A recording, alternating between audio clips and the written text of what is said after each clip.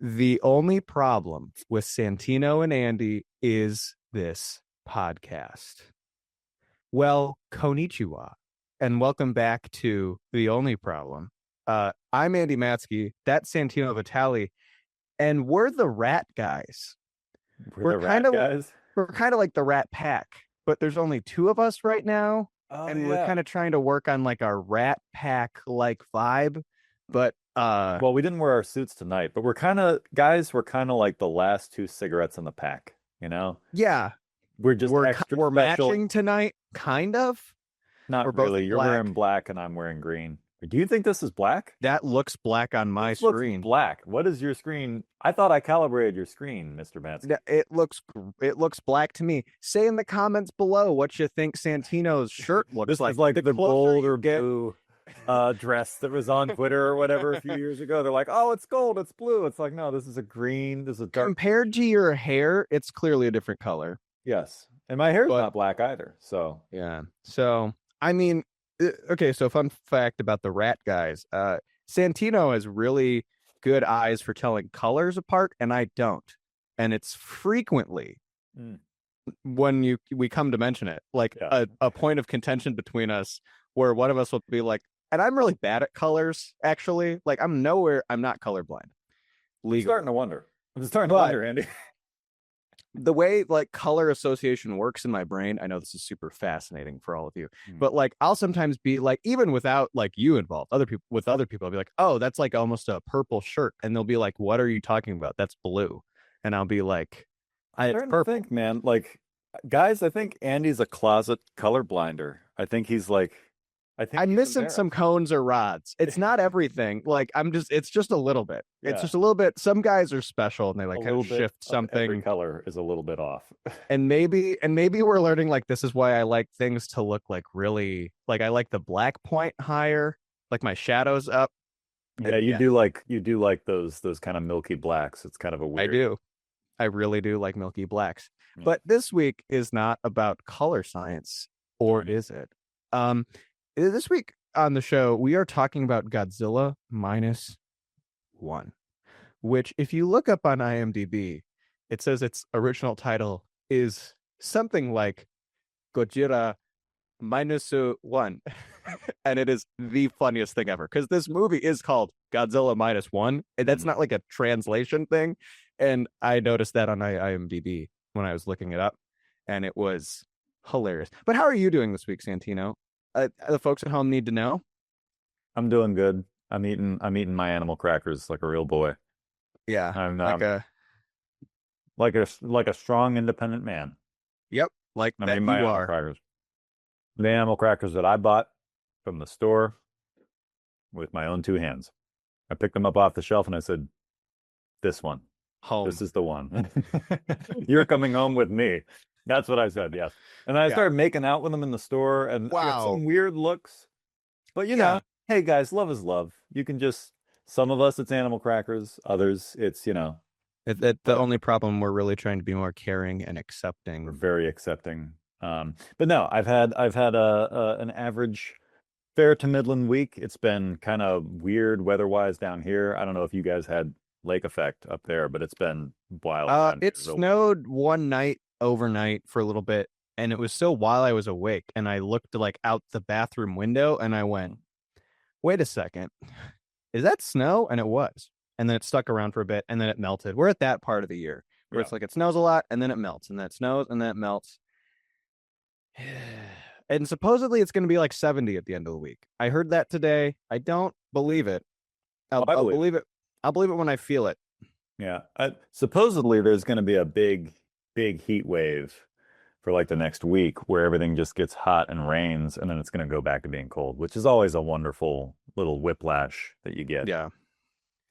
So this week we are talking about Godzilla Minus One. Mm-hmm. If you want to be technical about it. Title. Technically, see, I had. You want to tell your fan theory about the name? Yeah, I was gonna say I had a bit of banter here, but I didn't know how long we wanted to drag out the banter. As long as we can.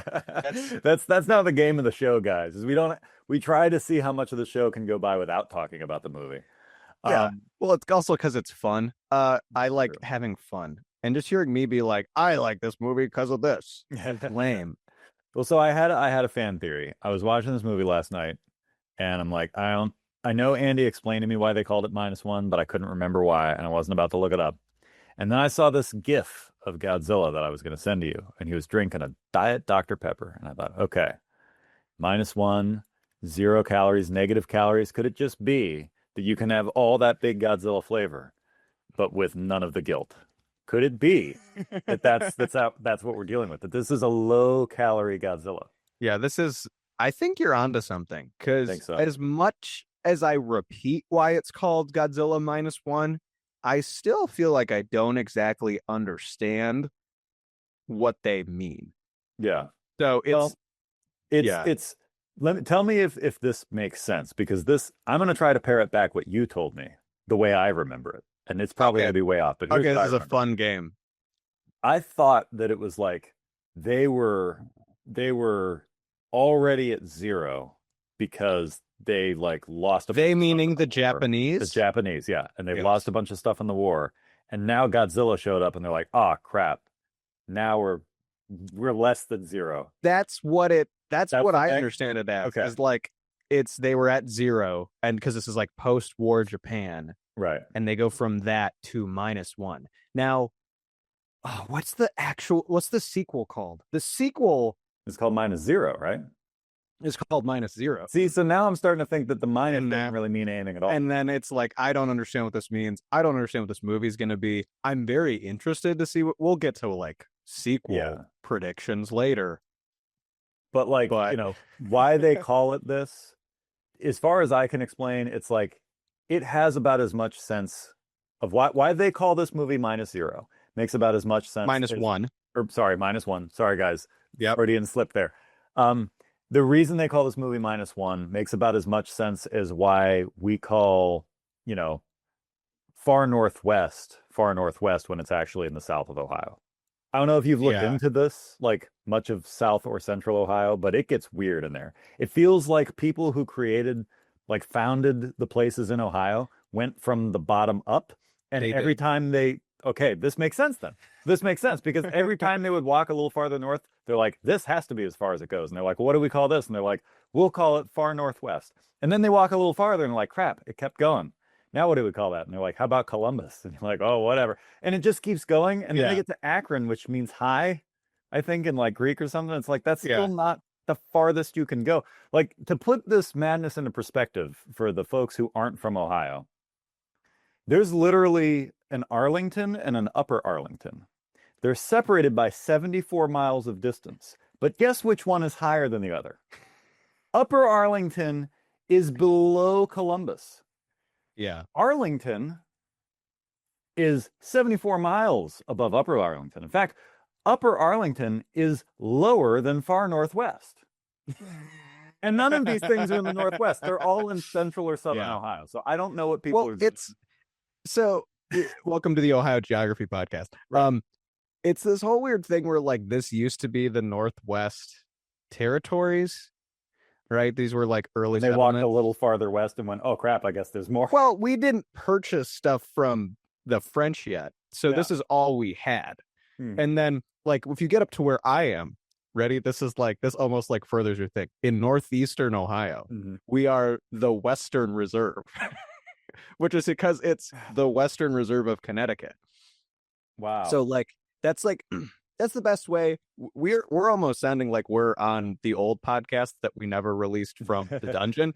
But like that's why I like culturally northeast Ohio, this like strip from like Cleveland, almost like the suburbs of Cleveland east, is like totally something different, and it's almost like New Englandy, upper Atlantic is like that Western Reserve culture is still there, but that's literally like that's not even on a border in any way. Like Western, I like technically the Western Reserve was the whole thing, but the area that really claims that title is like east of Cleveland for about like, I don't know, 80 miles and then south. It's like this swath like claims Western Reserve, but they're on the east side of Cleveland. They're on the east side of Ohio. See, and when I was going over this in my head, I was like, at first I just thought it was like a fun, dumb observation about Ohio, like geography. And then the more I looked into it, I'm like, this literally must be how it went because otherwise it's as if they got it started up in here, Andy. It's as if they were somehow started. They like were started, maybe. pretty started. They were pretty it's like, started. yeah. Like, how do you name it these things? Early settlements in Ohio were like in the South and in the Northwest, and then Amazing. like it kind of trickles in. Yeah, it's crazy. It is weird. Like Marietta is like one of the first places people settle in Ohio. I don't know if you know that or not. I didn't know that. No. Yeah, it's like Manasseh Cutler and all them. Like they went there, and wow, a bunch of Revolutionary War vets were like, wow, I want to spend my retirement by taming Ohio. And yeah, they did. So, I don't think that sounds like a good vacation to me. But I guess it's all this to say Godzilla Minus One makes about as much sense as saying far northwest, and it's still like southern central Ohio. Yeah. Like, that's about as much sense as anything. Yeah. Same reason why we're called the Midwest when we're actually more like the Middle East. There's way more west of us. Yeah. Well, and there's wow, we are here. But like that's why like I'm almost way more comfortable being like this is the Rust Belt because we are like geographically we need Jack Prochaska on the line right now. Somebody could call Jack. But like we are so even culturally distinct from like the Midwest of Kansas, Nebraska, Missouri, like except we all say ope. We do all say ope, and we're all pretty polite, but I think Ohioans are especially polite, depending on where you're at.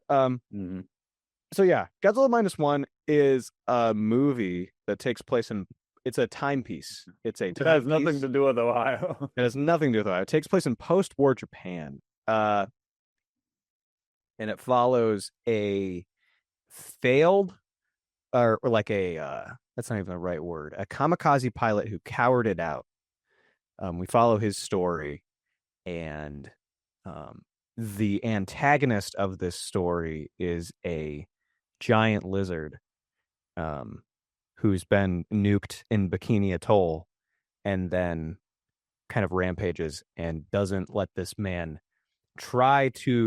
seemingly he doesn't see the giant monster doesn't let this man live. Once he finally makes the distinction to quote The Last Jedi, let the past die, he and actually live his life, he still can't and is haunted by his past. Exactly. So that's the movie, guys. Yep, there's the whole movie. The thing that I was confused about and for those who aren't aware, Santino hates Godzilla movies. And this is the second Godzilla movie I've made him watch for the show. This is the third Godzilla movie I've seen overall. And 98, not even counting necessarily, but it counts, and it's still my favorite Godzilla. I'm just gonna say that right out of the gate. 98 Godzilla is still my favorite. Yeah, and it's probably this is the second one I made him watch for the show, and I'll probably make him watch a couple more, but that we'll give it time. So, because there's the other modern good one and one Shin Godzilla. Yeah, but that one we'll talk. We can wrap up. That can be a wrap up. That one's so different than this movie. So different. In fact, impressively different from this one. And considering that's like the two movies Japan has made this in the last couple decades. And then I want to make you watch one crazy one from the mid 2000s. That's just so fun. That might just have to be a movie we watch together because it's so bad it's good kind of thing. Well, it's not so bad it's good. It's just so crazy. And like it's like, what if we cranked it up to 11? I see. As a Godzilla movie. So that's my disclaimer about you not liking Godzilla. What do the readers at home need to understand? You were saying something like that. All I was saying was that I'm a little confused on this one at the very start because on one hand, from what I remember of the original Godzilla that we watched, this feels basically like a soft reboot of that. I mean, It follows a lot of the same plot points. They still kill him in the sea at the end. There's the scientist. There's all this stuff that goes on, and they're even. I don't know if other Godzilla movies do this, but it seemed like they were reusing the old motifs from the score, the original score, as opposed to new stuff. And you have the whole Odo Island thing. The interesting thing is and maybe you can correct me on this because I'm not familiar with the lore. So was Godzilla, yes, I didn't remember him being this way in the first one. In this one, it seems like Godzilla was basically a dinosaur. It was like established. Yeah. And then he gets nuked and then gets massive a couple of years later. That wasn't the way it was in the original. From what I remember, he was just a monster already, right? Like he was already huge. It's vague in the original, I think. I think it's kind of like he was at this is where maybe the Godzilla fans will come for me in the comics because I don't exactly know. In the comics, Freudian slip. In the original, I'm not sure. I don't think it's necessarily a plot point it cares about, but in the 90s Godzilla films, he's a dinosaur that gets nuked. Okay, so that's basically and to be fair, he's a Godzillasaurus that gets nuked. Okay, sure. So he's kind of his own weird dinosaur, and then he gets nuked, and that's what makes him super. And then what's so interesting, and maybe like this is the disadvantage of this being like the two films I show you, is every other Godzilla film, with the exception of Shin Godzilla, mild spoiler, every other Godzilla film ever in all the 30-some films, with the exception of the American legendary stuff and your favorite 98 movie, they all act like the original happened. Regardless of what other weird stuff they do, the original and whatever else they want is canon. This film and Shin don't do that. That's what's like super interesting. So Japan for what would it be?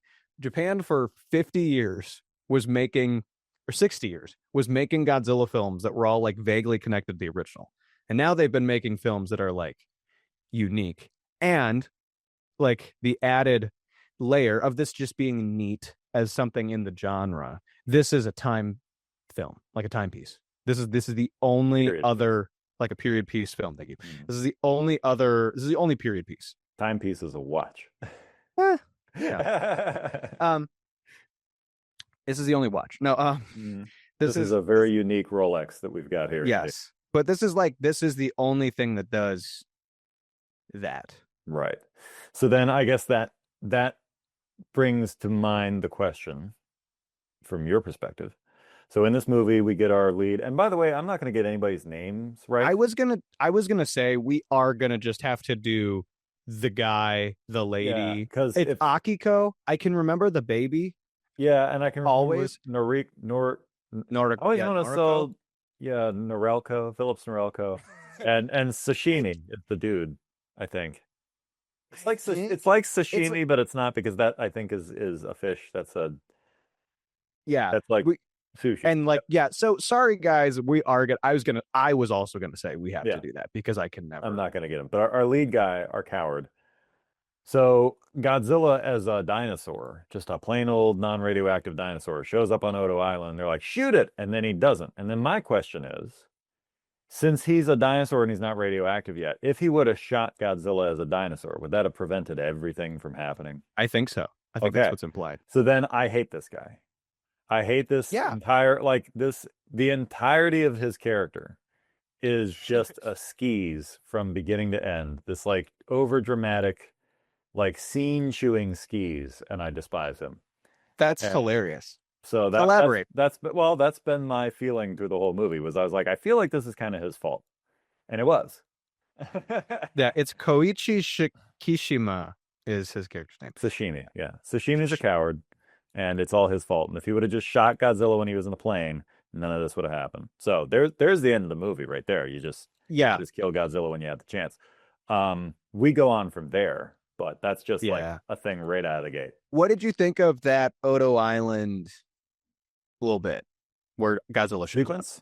Yeah. There's a sequence that was cool. There were a couple moments where the camera moved around a lot and it felt kind of video gamey. Like they really wanted to just like be like, oh, look at this thing, look at that thing. Look, they were like all over the place. But it was cool. It was well done. I mean, that's going to be the refrain throughout this episode, is like they did a great job. There were only a few like weaker composites. Like again, in a movie where you have like 2,000 effect shots, simple numbers means you're going to have to prioritize certain ones over others. And so you're going to end up with something that doesn't look amazing. But like the entire opening of this thing is digital. Like none of that Yeah. heading to the island. I pretty darn sure I was able to clock most of it was CG, and it looks good, but like that's what it is. So even the shot that's kind of like the GoPro on the plane landing gear as we're coming down, just all digital, looks good. Yeah. The only thing that gives that one away a little bit is one, like just what it is. It's like, did they actually take the time to mount a camera to this? Probably not.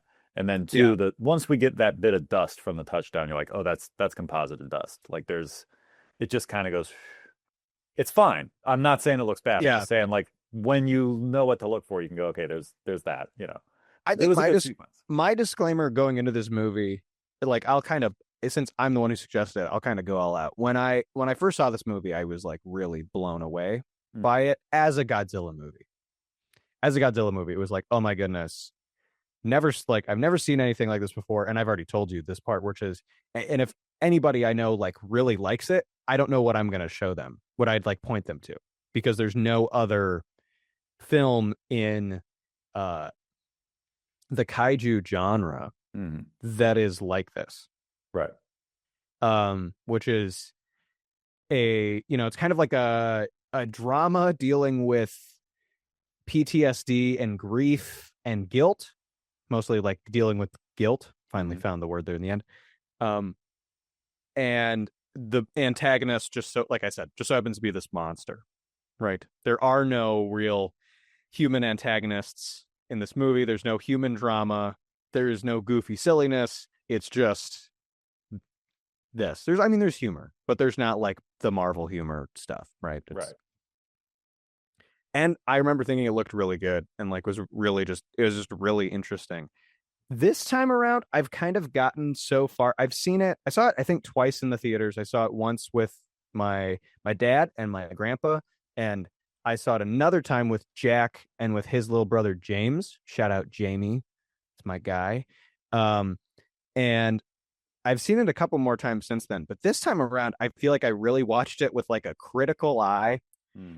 And I feel like I said before we were recording, we'll have to see my mood when we get into this episode, how I feel about it, because some things really stood out this time that interestingly like really did not, even when I saw it in the theater, which is like its budget shows, I think, at the end of the day, which they pulled off something amazing with like less than $15 million. They made a really interesting movie. But like all the issues I have with this film, I think are because they only spent that. And we'll get into it, I think. But it's like, when we do get into that, I have the exact opposite counterpoint for you. So this is going to be interesting. Which is just like all my issues are that, I think. See, where it's like, and my nitpicks kind of like 5 viewings into this movie, it's like, oh my gosh, it's budget shows. And I think like you have the blessing of not having that, which is good. Like that and maybe a bit of that because you have a more refined eye than I do. But it's like, I can see all. Oh my colors. gosh, yeah, I can see all the colors. No, well, so yeah, when we get to that, it'll be a really interesting conversation because I think I have the exact opposite issue. So that'll be really interesting to go on. We'll get there. Yeah. So right out of the gate, we get the Odo Island thing. Our coward, he doesn't shoot Godzilla. Which, here's the thing, and I'm just going to say this now. My biggest issue with this film is really more his character more than anything. When I first watched the movie, I thought, okay, well, Godzilla's there. He shooting Godzilla wasn't going to do anything anyway. Everybody on the island was shooting at it and didn't do anything. It just made him mad. So I was fine with that. But then when I thought about it a little more, I was like, well, wait a minute. If he didn't get radiated until later, then he wasn't impervious yet. So if there's any chance, even a small chance, that him shooting Godzilla would have changed the outcome, then this whole thing is his fault. And this character's even worse than I originally thought he was. That's my big issue with the film. That's fun. Yeah. Is you watch this guy, and frankly, if that's the case, then I would say the simplest, quickest fix for this film is just removing that one inaction. Because he already had disgrace from being, from not fulfilling his duty as a kamikaze.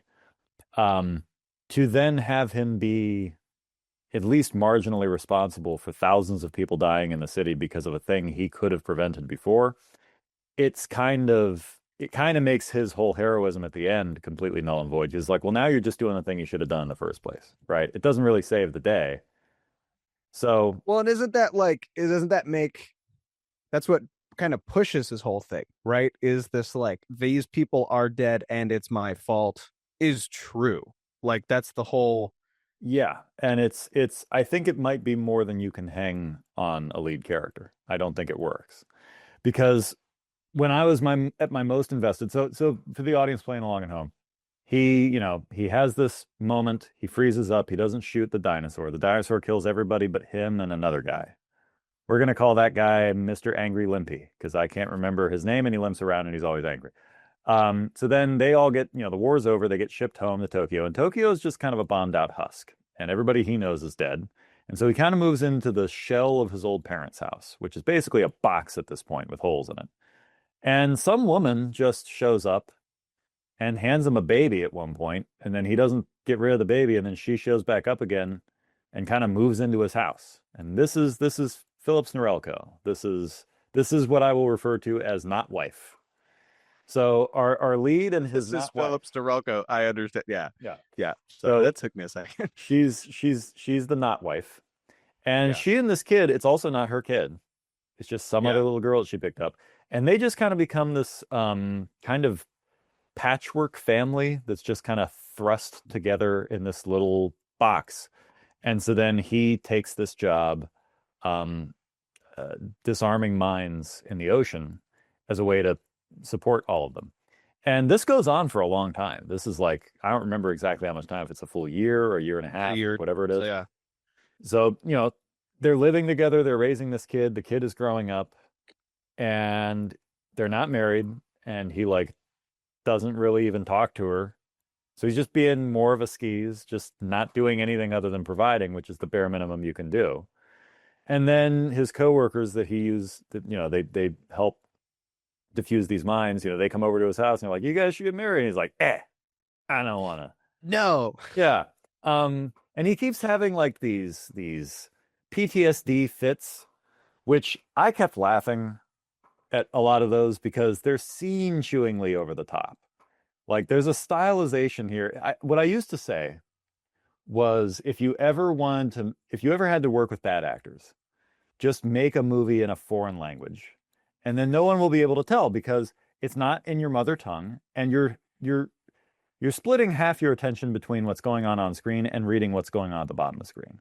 So you can kind of disguise bad acting. I retract that statement. You can see this scene chewing over the top screaming fit that this guy goes into every 15 minutes or so. You can see right through the subtitles. Because this had a dubbed version and had the subtitles. I watched the subtitles because I hate dubbing. And it was bad even with subtitles. I went, well, that was a choice. That was a real interesting acting choice we just did 5 times throughout this movie.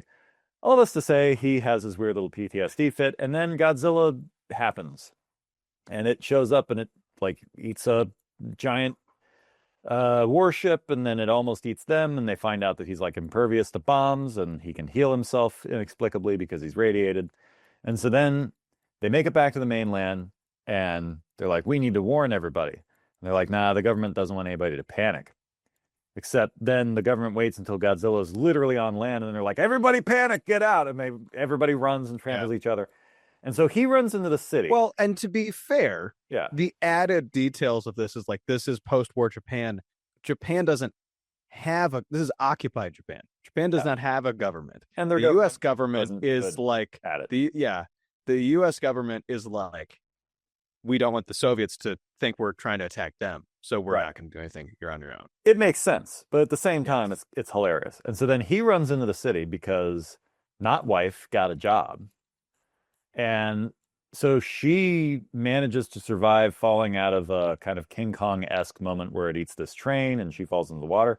It's a Godzilla-esque moment. You've seen 54, Santino. That's straight out of 1954. First, Andy. You're right. Right. Godzilla did not come first. It was IG Superia just wanted to make King Kong, and I'm convinced. They just want to make King Kong. So we get that moment, and then like there's a lot of moments in this movie where characters just kind of stand and watch stuff. And so she's just kind of like watching Godzilla, and he runs up. He's like, "We got to get out of here." And She's like walking away. She was in the water, and she Yeah. decides to go back on the street Yeah, which seems like a bad somewhere, idea. presumably still where Godzilla is. I don't know. Yeah. Well, he's so big, it's kind of hard to get away from him. And everyone's doing that thing where they run in a straight line away from the threat that's walking in a straight line behind you instead of going to the side, literally any side. They just go to the straight line. Yeah. So Godzilla's doing his thing, and then like he does his atomic breath thing, right? And the atomic breath in this is crazy because it like launches a nuke effectively, and then there's like this mushroom cloud, and here comes the shockwave. Now, mind you, we are already here in talking about the movie. I'm here for it. I'm not going to stop you, but I think that's funny. We're already at the like halfway point pivot. Yeah. I want to make it clear. Oh, and you're building up to how much you hate this guy. Yeah. In this first hour, I was invested, not because of the lead character, but because of the not wife and the kid. I thought, well, this is a really interesting plot. I've never seen anyone do this exactly, and I never really thought much about, well, what happens after you've bombed out a place in war?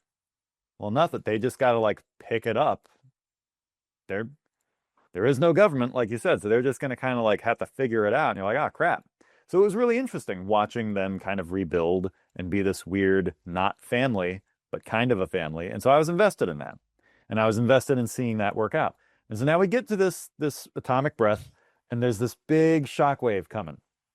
And mind you, our anti-hero, our not hero, our coward, and his not wife are standing in the street next to an opening, this little alley between two buildings, which they could both easily take cover in. And instead, they're just watching like lemmings in the rain. Like turkeys in the rain, not lemmings, like turkeys in the rain with their mouths open, watching this shockwave come at them. And she inexplicably, instead of just grabbing onto him and running in between the buildings herself, she pushes him in between the buildings. And then she just gets Kakoa shot out of the movie. She gets launched, blasted back by this shockwave. It's actually hilarious how quickly she's just there and then gone. And tons of debris follow after her.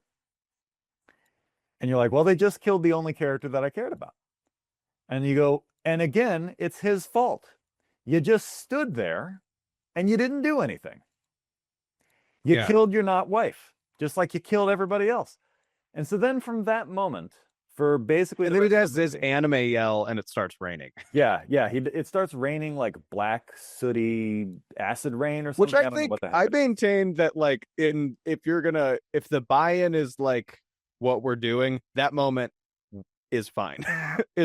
Every time I watch it, I'm like, I don't know. And then I'm like, no, this works. Yeah. It works until it doesn't.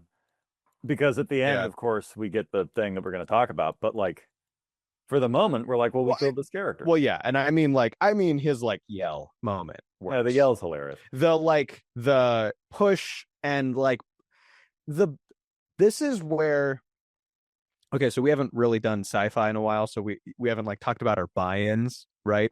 But our buy-in's giant monster, right? And so there's a level of like physics not working that is assumed and is fine, acceptable, passable, permissible. Well, there's nothing about her getting launched that doesn't work in real life physics. That would happen. The problem that I take is... Well, no, and like allow me to continue, but he's just a little bit farther away and fine. And then when the suction comes back, he's fine with that.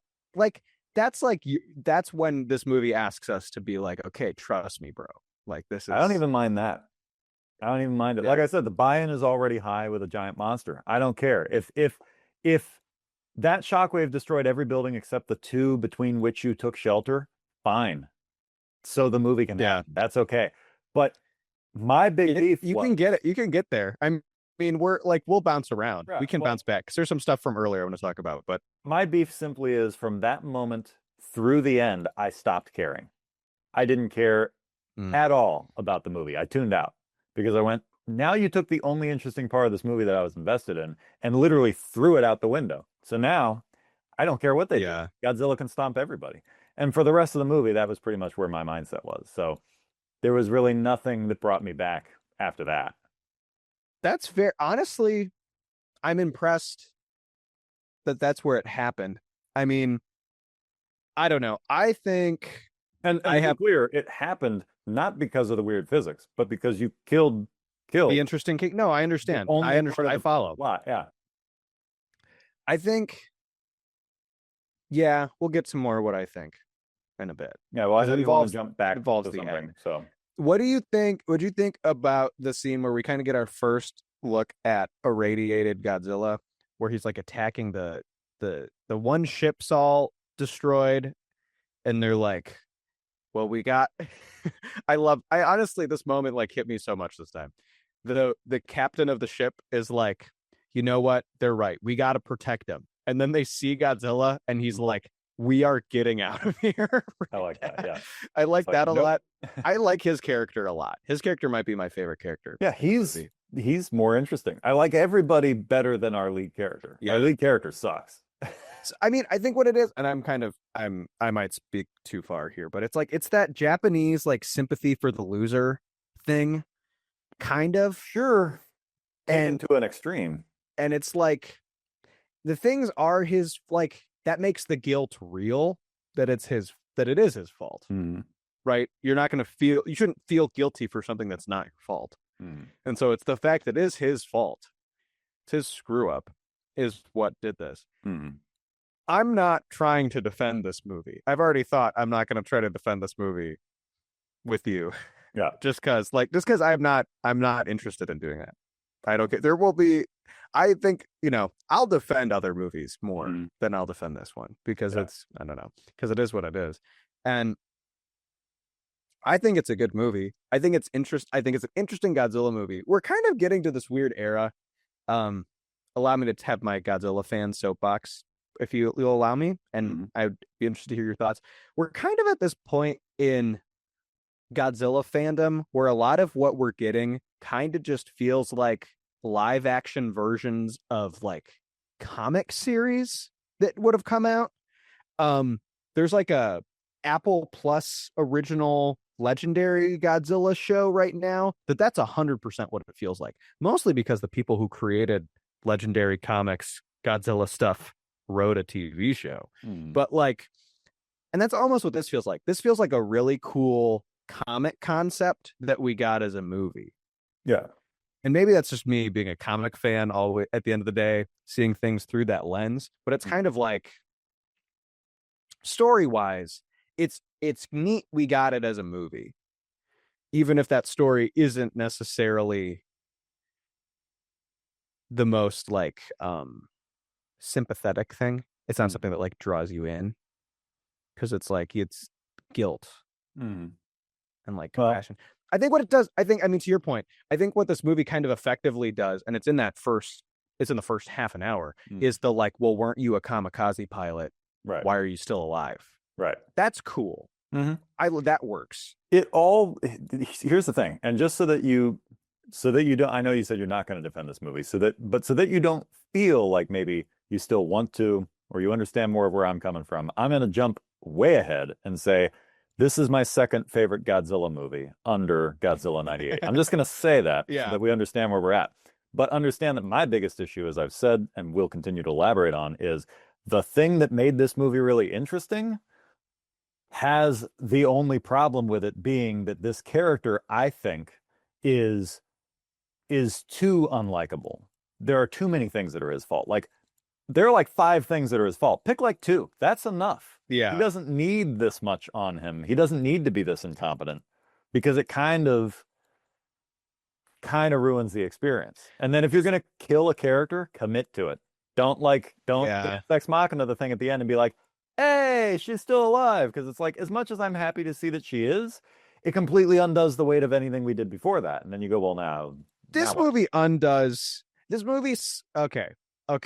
Those are my issues. All my issues with this movie are plot issues. So in the end of this film, our main guy seemingly kamikazes himself into Godzilla's mouth. Which I called that before it happened. Which this movie I will be like, this is where like my nitpicks are. The movie sets it up so poorly.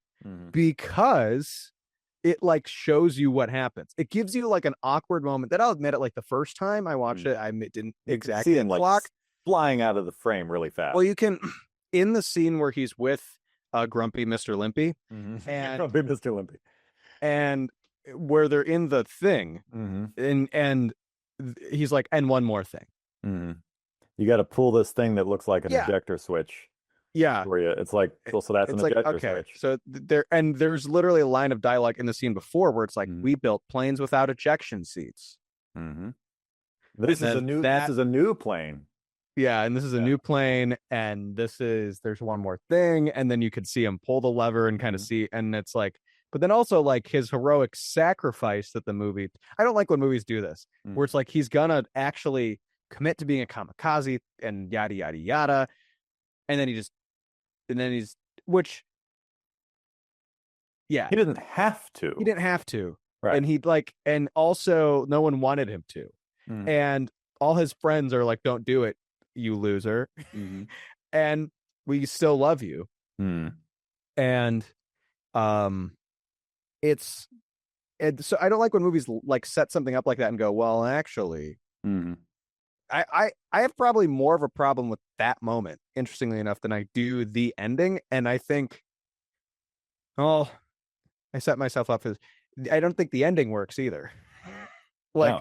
I think the ending is like bittersweet, but also then we're back to him. See, this is what maybe let me try to fix this. I'm like spitting in my chair for those who don't see. The way you fix the ending more is you don't have him do one of his freak out moments, right? Because isn't he supposed to have grown? Isn't that the whole thing? Like, this character goes like, I want to live, and then like bad stuff happens, and then he does this like sacrifice, and the thing he's been trying to deal with, which has been Godzilla, which again I think that's kind of cool. Like, I don't know if I've said it's super I think cool. The antagonist of this film just being Godzilla and kind of like this relentless force is pretty darn cool. It's like war. It's a relentless force. There's nothing you can do about it. You got to deal. Like, the parallels are really interesting. They're fairly more elegant than the original.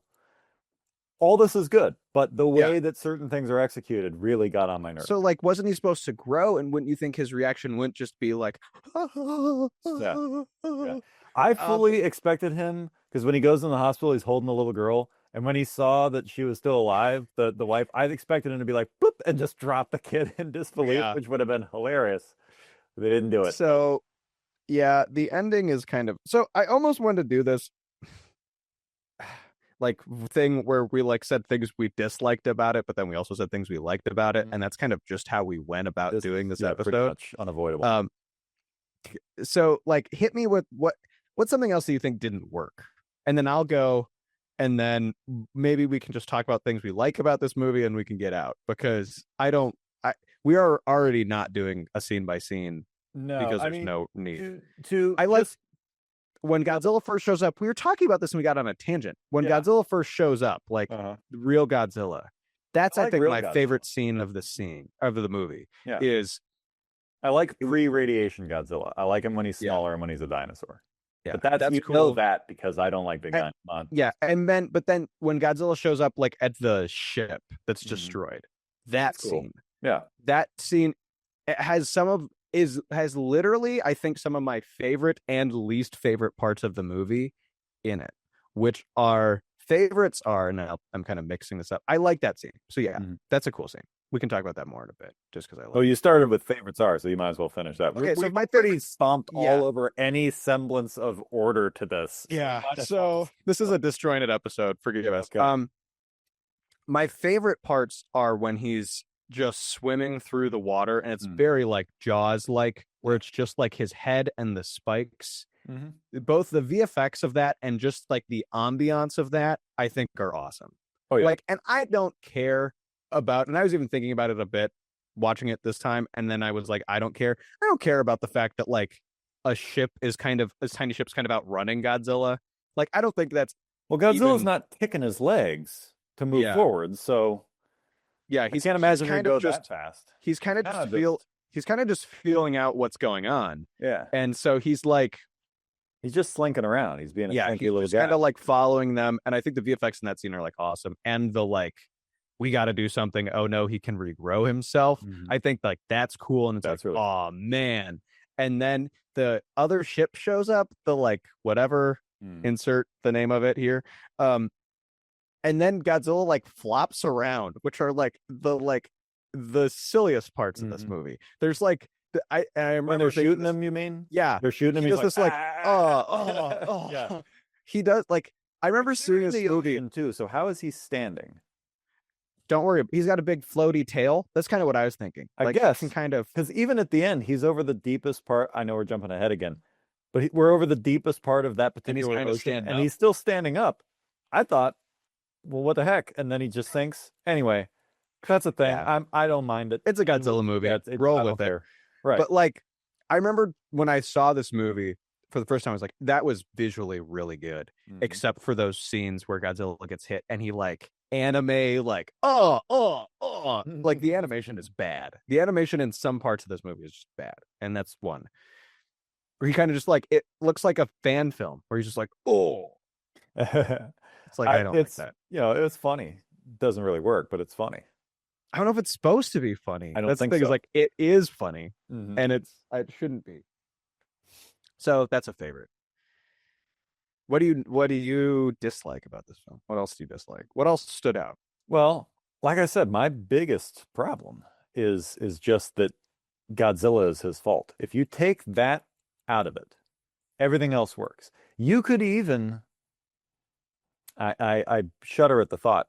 If you make him not shooting Godzilla not be like, if you just showed that he shot at it and it wasn't effective, fine. Then this isn't your fault. You see what I'm saying? Or just don't have him reach the plane in time, and then it's not his fault, right? Do that. And if they did that, they could even, although I wouldn't recommend it, but they could even still kill the wife, the not wife, and the movie would still work. But the fact that both of those things are his fault, it's like too many things. And it kind of implodes on itself. Because again, you kill the wife, now you kind of kill the only part of the movie that, I mean, you still have the kid, but I don't know. I don't mind that he ejected. I do mind that they forecasted it so much that I knew it was going to happen. I wish they would have been a little more subtle about that. Everything else I don't really mind. I really don't like that Godzilla seemingly is entirely his fault. Now, if I want to enjoy the movie more, then I can say, okay, even if he would have shot Godzilla, it would have done nothing. But his wife, not wife, getting blasted and should be dead. That's another thing you can fix. Leave her dead because it makes no sense for her to be alive. That still bugs me because now we still kind of don't have this family unit anymore. So there's some problems with this thing that aren't easily written around later, but I think you could still maintain the momentum of it because once she's assumed dead, you still have the attempted redemption arc that he's going to do. And that's enough, just barely enough to sustain that last hour, but barely, because like I said, once she was gone, I tuned out hardcore, like really, really hard. I do like that they changed the method of how they were going to try to dispose of Godzilla in this one from the original movie. Because in the original movie, it was like this just made up super weapon that it was just like antimatter. And in this one, they're like, let's just sink him with bubbles really fast and then make him get the bends. And I was like, that's hilarious. But also, I don't know what else you would do. And of course, you know, it's not going to work because why would that work? And then I do just think it's kind of funny that the ultimate plan that he had, though, was to just kamikaze the plane into his head and then just blow it up again, because they already blew up his head once. It just wasn't a big enough explosion. But of course, we're all thinking in the back of our minds, like, he's just going to regrow again. And he does. At the end credits, he's like already puffing up and making popcorn because he's just those big popcorn. That'd be great if that was the sound effect, was like pop, pop, pop, pop. It looked like popcorn. It looked like these big fleshy popcorn bags. So I mean, those are my biggest issues. But as far as the general idea, I love that it's post-war Japan. I love the family unit for the first hour. I like the idea of a conflicted hero. I think he was a little too culpable to the point where like it kind of ruins it a little bit. But if you take away some of that responsibility, some of the things that are his fault, it floats a little better. There's some hammy acting in some moments that are, that's stylized Japanese cinema. It kind of is what it is. I can get over it. This movie feels very golden age, like Does acting in a lot of times. A lot of so moments. much shows. There's like this was shot a little different. It's a soft reboot of the first movie, as far as I could tell. Like that's how it feels, and that's cool, honestly, because all the problems of the first movie are kind of like its age. So you update it, it works. I like this new plot they introduced. I just wish they would have committed to it a little better and made him not quite such a screw up. I feel like just having the dishonor of being a kamikaze who chickened out would have been enough.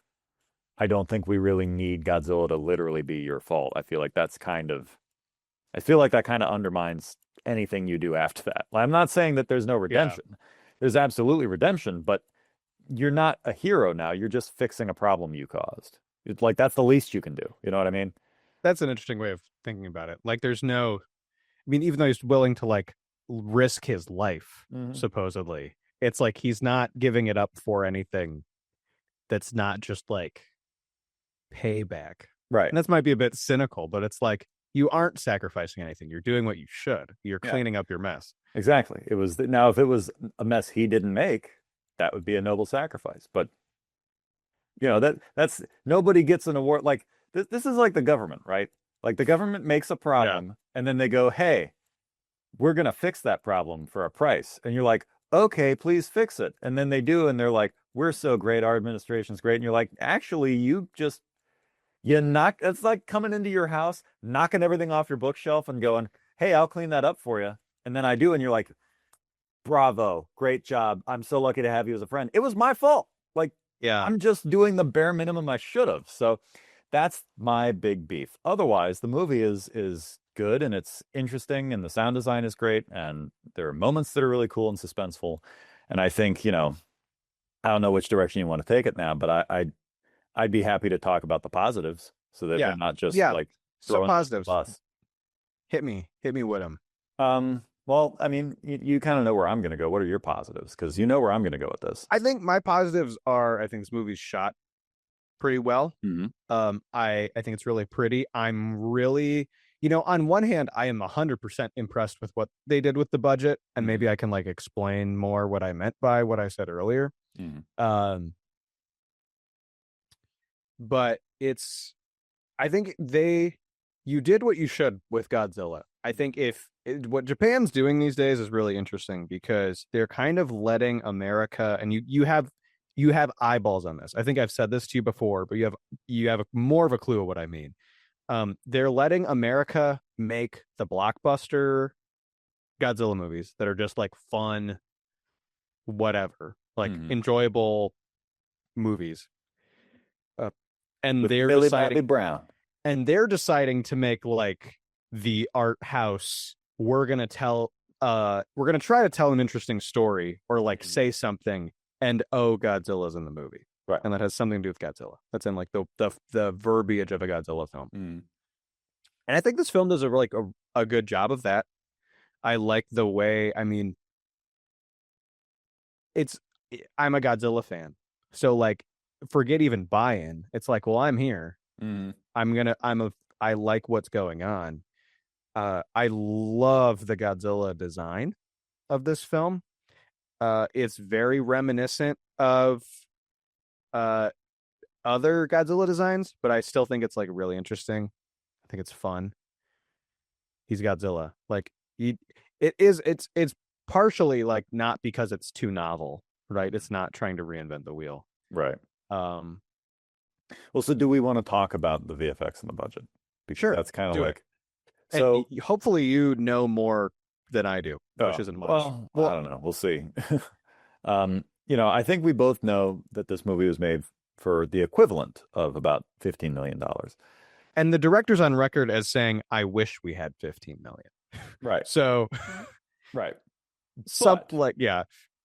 To that point, Whether that was the equivalent of 10 or 15 million, that's US dollars. That's not yen. Yeah. So 10 to 15 million US dollars in yen is still about 2.3 billion yen. So that's not a small budget, not in like the way we understand budgets. Now, the way that the currency over there flows, obviously it's not going to be a one-to-one for comparison. And just judging by what the director has gone on record and saying is obvious that they didn't have all the money they wanted, right? At the same time, though, not knowing exactly what that, I don't know what 2.3 billion yen or thereabouts is equivalent to with respect toward other productions made in Japan. Like, I know what 10 to 15 million is here. I know what you can do for that. I don't know what 2.3 billion yen is over there. I'm assuming it's on the lower side based on how they talk about it. But it doesn't seem like it's a micro budget by any stretch of the imagination. So to me, it feels like they still had ample money. Not to cut you off, I think of the fact, and granted, this is with inflation, blah, blah, blah, but like Joker was made for $15 million. And that movie looks like $1 million. Yeah. So like, Joker also wasn't like all effect shots either. Yeah. I mean, that's fair. Right. And Joker, that's US dollars. See, we can't have this conversation without knowing, and I don't know, and I don't expect you to know, but we can't have a fully honest conversation about what this is equivalent to without knowing what most average Japanese films are made for. So if an average Japanese blockbuster or even just big budget movie is made for around this same amount, then they had the same to work with as everybody else. We can't keep looking at this thing in terms of, well, dollar equivalent, because for that matter, I've been joking, only half joking, that I could go down to Argentina next month with $10,000 and make something down there that's the equivalent to a couple million, because that's the way the currency works in exchange. Yeah. But, you don't really know what that's equivalent to. So just from my limited knowledge and research on this in the hour leading up to us talking tonight, it seems like they had a lower budget, but I don't think it was insanely low. I think it was lower than they wanted it to be, and I think it was lower than these things usually are. But you add to that this is an effects guy who knows what he's doing. Your budget really doesn't matter, especially since everything in this movie was going to end up being digitally assisted anyway. Like, to save money, they built pieces of a ship and had people on it and then count them on instead of just using a whole ship. Well, that's just good filmmaking. That, like, there's no reason to use the whole thing if you don't have to. So, I don't have enough info on how their movies are made to be able to say much that's going to illuminate us on exactly how much of a Herculean feat this was or was not. So I asked Gemini. Okay. My source is AI. Well, then we'll see how this goes. That in 2023, the national average, like a general theatrical release, actually is 3.7 million. Like equivalent. $3.7 million. Dollars. Okay. And so mid-range studio films are 3 to 7 million US dollars. Right. Okay, so like budget. Blockbuster films get 10 to 20. Major like anime films, prestige, it says Ghibli tier films get 50, but that's like your upper echelon getting 50. So this was the equivalent. So when we talk about equivalence, then what we shouldn't say, which is what Wikipedia says, is that this movie was made for $15 million. No, this movie was made for the equivalent of about 80 million US dollars, right? Yeah. That's the understandable equivalent of buying power, right? That you would have in yen.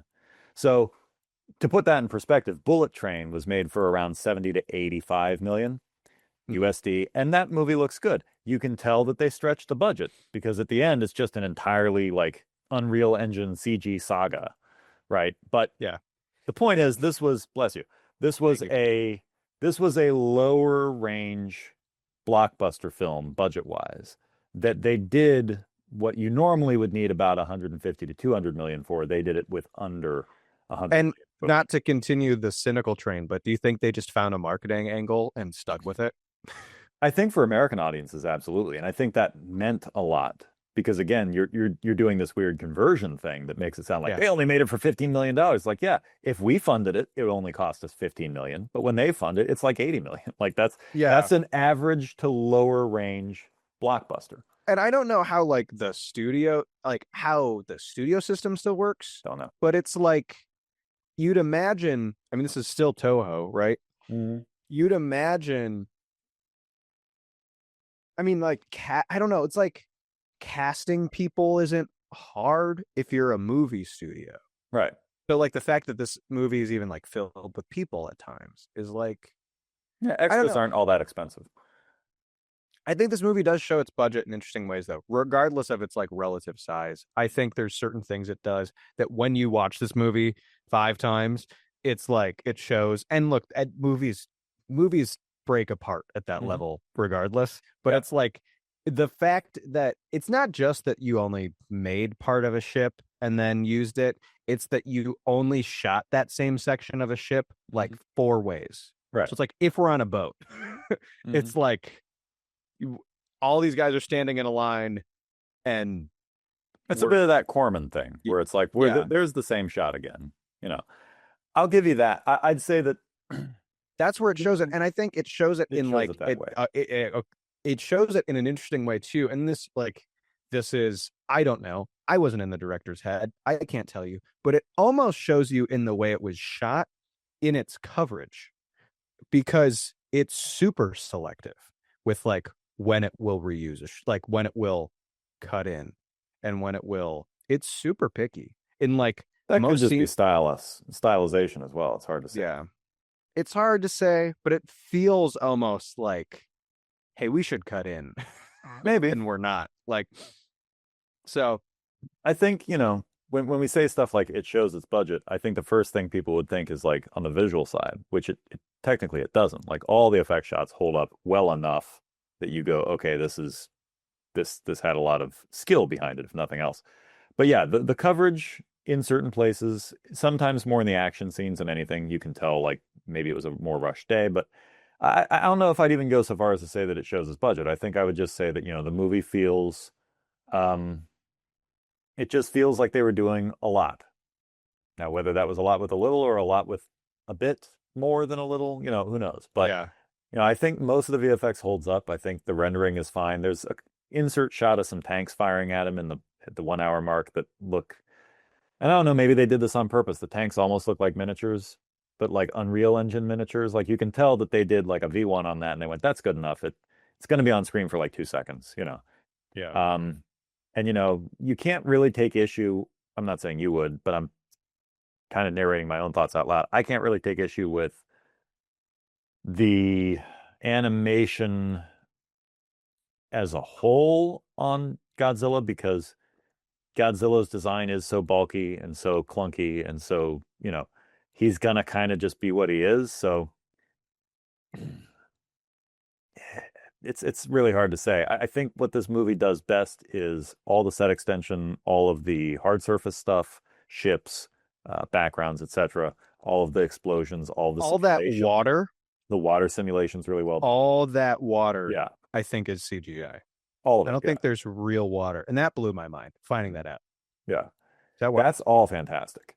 The planes, all that stuff. I think honestly, the weakest thing is when you get into an organic creature, and creature effects are hard, and it's made worse by the fact that Godzilla's design, sorry to the Godzilla fans, is a dumb, clunky 1950s upright dinosaur, fat, tubby, you know, Barney the dinosaur kind of design, and so that's gonna always just not hold up that well. But the rendering is great, and the animation is what it needs to be. So that's why I say I can't really go after their handling of Godzilla, because Godzilla is what he is. Like when he's on the island and he's a smaller like dinosaur, he works really well. And strangely, when he's moving that fast, that's kind of when the budget starts to show, because the rendering looks a little more video gamey at times, but it feels more alive, you know. Yeah. There's this weird kind of give and take depending on where you're at in the movie and what version of the shot it was, but it's clear that someone was in the director's chair who knew what they were doing with visual effects. That much is obvious. That's one of the things that Japan seems to be absolutely doing right is like putting people in those positions, both with this and minus one. It was like, or with Shin, it was like, let's get people in who know what they're doing. So, yeah, I mean, it's an interesting thing. I don't know. It's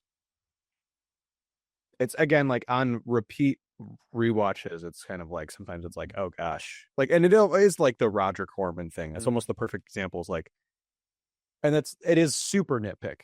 That is like the nitpick is like, we're here again, or like it's these guys again. Like I don't know. I don't know. I think to like maybe start wrapping us up on a positive note of our overview, I think one of my favorite moments of this film, like without question, that I always like is the kid from the boat. There's like of their crew, there's the kid. He wants to go with them, and the professor and the captain are like walking out and are like, no. And it's like, we leave you the future. I think that moment's great. I really like that moment. I think I always will. That is like one moment that I love. I love the like dynamics of that scene. It's this again, it's like this, for whatever decision of having this as like one shot for the most part, like walking out. It's not, I wouldn't put it in like it's not one, but it's like one extended shot. It's minimal coverage. Yeah. Yeah. And then that's a really good film bro way of saying it. And we like see this guy who just wants to like help, but these people who realize that like they're probably going to go die, but they're going to go anyways, even though that they just said, we're not going to go die. Yeah, we'll be fine. So I don't know. I like that part. That's probably my favorite part of the movie. I'm trying to think of like my favorite Godzilla part of this movie. I like the Odo Island stuff a lot. That's really cool. That's my favorite. And I like when he's chasing them in the boat. I think that's really fun. I like the shot. That I like that. And then I think it's before, I'm getting my order of things mixed up, but I think it's before he comes to Tokyo. You see an overhead shot and you're looking down at some warships and you see him under the water go under the warship. He doesn't attack the ship. He's just going under that. That's really cool. Yeah, that's sweet. Like you could trade out every upright Godzilla on land for more of that in the ocean stuff. And I'd be like, this is really cool. Yeah. Once he's upright, I don't know. That's just me, and that's just Godzilla. But that's just Godzilla. Okay. So, do we want to get into liked it, didn't like it, review situation? Okay. Yeah, I mean, I liked it. Like I said, this is my second favorite Godzilla movie. It's still under Godzilla 98 because Godzilla 98 in my mind that's the high point of Godzilla. Yeah. But I like this one better than the original. I liked it less than Godzilla 98. It's interesting. I went in and I wrote a note when I was watching this movie last night. My first note was like, I don't think Santino's going to like this. Yeah. Oh, like I liked it for the first hour. I don't know if he's going to like this. Like, I'd like to think I can get a good read on what you like. And this was like, I don't know. So I'm pleased to hear you like it. I like this movie. Surprise, surprise. So, so what would you rate this? That's funny because I pulled a classic realizing I need to come up with a number on air. I'd rate it like a 6.5. 6.5? I don't think it's anything crazy. I think it's good. Like as a Godzilla movie, this is top 3. But my Godzilla movie ranking and my everything else ranking is very different. And so I'd give it like a 6.5. Which is like, which is putting it with everything like else kind of in this of like 6.5 is like a sci-fi. Typical, like that's just a watchable movie score. 6.5. Yeah. You know, I'd be very close. I'd put it at like a 6 point. Not a 6.5, not just a 6 though. I think it's better than just a 6. I put it at like a 6.2. Respectable. Something like that. 6.2 or 6.3 because like I said, I loved the first hour. I was really invested in the first hour. And then once we did that weird stuff with the not wife and then brought her back and all that, like the movie really falls apart in that last hour. But it's never boring. And for me, anything under a 6 is when you start to have long. You weren't bored watching this movie? No. Good. I tuned out after she got blasted, but I wasn't bored. Yeah, that's good. To me, anything under a 6 is a sign of negative space where things are just dragging. I would give a movie a 5 if it was like it's mostly watchable, but there's a lot of times where things don't happen. Like that's that kind of rating. Yeah. So for me, yeah, like a 6.2. I don't want to be too generous. Yeah, 6.2, I think is where I'd land. Like it's watchable, it's fine. That last hour really kind of messes it up, and I didn't like the lead at all. But I liked what they were trying to do with it. And I think conceptually, the first hour is investing enough, the visuals are good enough, and conceptually, even though it doesn't stick the landing, I think it's good enough that I can go, yeah, it's fine. Like it's a fine enough watch. So like 6.2. It does not have my heart, but it does not have mine either, which is like, I don't know. Godzilla films are this weird thing where I think I was explaining this to your dad. I might have said this on the show last time I was over at your house, or maybe the time before. I was explaining that like aesthetically, old Godzilla movies have my heart in this like really weird way, where they're mostly films made in like the 70s, 80s, and 90s that like have, and especially like the early stuff, like the 50s and 60s stuff, have this like this vibe, and especially the like early Japanese giant monster television has this vibe that I just find really interesting. And so that stuff has my heart. This film, I don't think does. I mean, and the way we define having our heart around here is like it's real loosey goosey. It's real loosey goosey, but it's also like how much we will rewatch this movie, how much we'll like, and maybe this is a language barrier thing, but like we'll quote this movie, how much we'll like have it enter our vernacular, or like the way we approach movies, like making movies. I don't think Godzilla Minus One affects me that way at all. I think it's good. I like it as a Godzilla movie. I think it's fantastic, and I would like more things kind of like it. I don't want to just keep remaking Godzilla Minus One because we have it. Right. So find other period piece character stories that we can get Godzilla in, and I'm there. Even if Godzilla's in it like almost less, like I'm there. So that's I think it. This compared to the 2 hour and 16-minute marathon that was our White Noise episode, this might be it this week, I think. So yeah, there wasn't a lot to it. It was pretty straightforward. So yes, it was very straightforward. And we've installed for time with a little Ohio geography trivia. Yeah. So if you like the episode, if you like what we're doing here, if you like Godzilla, if you like Big Butts and You Cannot Lie, tell them what they can do.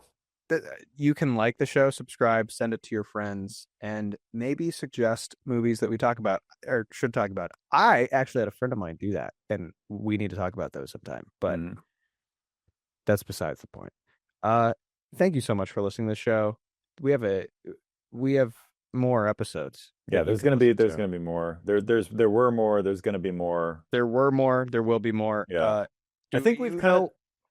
Well, go ahead. What? No. Go ahead. I was just going to say almost exactly what you were going to say, which is I think you were going to ask me if I knew what you were going to watch next week. And I started to say, I feel like we've kind of started to do that off air for like the last 3 or 4 weeks. So I guess we will. Yeah. I kind of like keeping it a surprise for the audience. Unless you think we get better ratings if we said next week, you don't want to miss when we talk about this thing. I don't think our ratings are affected by what happens in the last 30 seconds of an episode. No. I think we literally could do whatever the heck we wanted in these last like minute and a half. Tune in next week to see Andy eat an entire shoe live on the air. That kind of thing. I think we should end it there. I think that should be it. Okay.